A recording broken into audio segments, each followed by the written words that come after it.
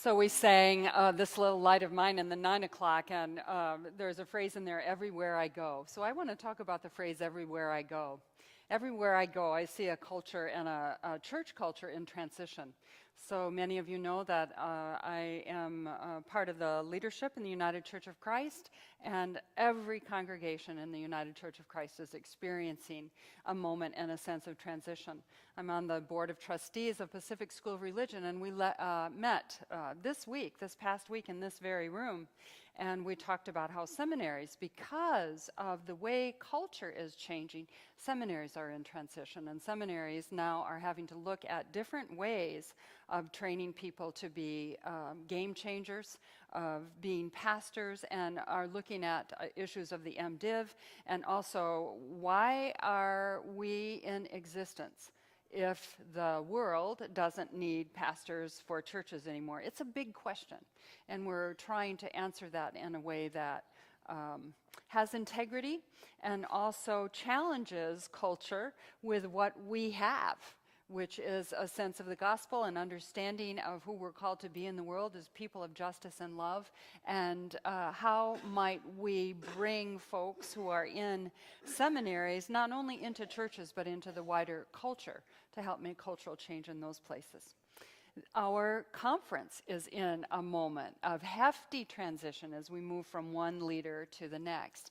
And then finally, I look at us in this place and I realize that we are in a moment of transition. We began, I think, that transition formally when we decided to go to 2 worship services. And what we said when we did that was, everybody doesn't worship in the same way. So different things impact people in different ways. So in that moment, what we began to see was we are a culture and a community and a church who are looking at the variety and the diversity in culture and attempting to make a response. In that moment, there's some grief, there's also some incredible challenge.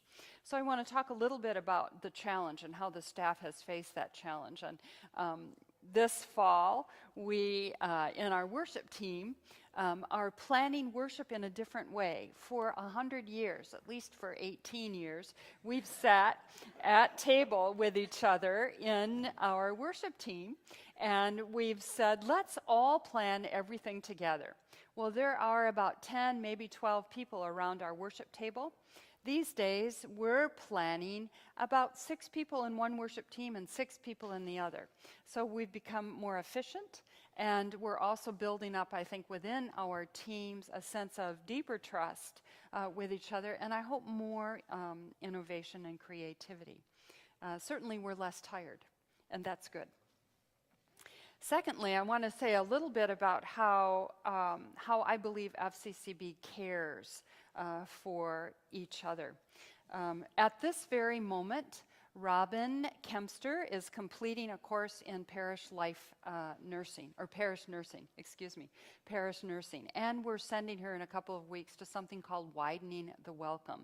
We're looking really seriously at mental health issues within a congregation and how in congregational life we might really lift up and support each other in more intimate ways than what we're doing now. And I believe in doing that, we're breaking open some myths, and we're also saying that we are one community who can care for each other in deep, deep ways, that we don't only rely on the pastors, but the pastors have to rely on the congregation and the laity.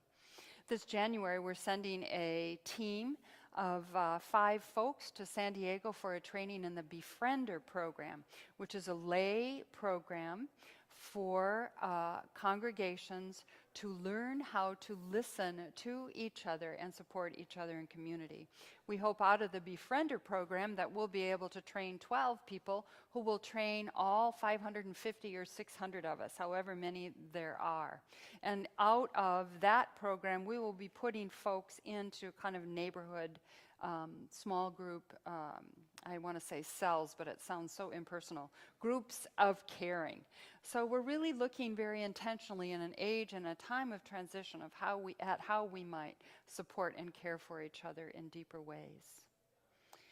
when I look at this congregation and when I look at the future that I feel like I'm in so many conversations talking about, I think, what do I want and what does God want from me? And I'm hoping that I can be a person of stability in the midst of change, but that stability isn't enough. In the midst of change, there's also being willing to be innovative and to accept the challenges that change brings. So I'm hoping that my ministry in the coming years can be one of stability, helping us to realize that we're going to be all right, that this place has been here for almost 140 years. I'm praying we have another 140 years to go before we even evaluate whether or not we need to be here. And then secondly, I think to be real open as a pastor to change and how change affects the lives of people. It hurts. It's challenging.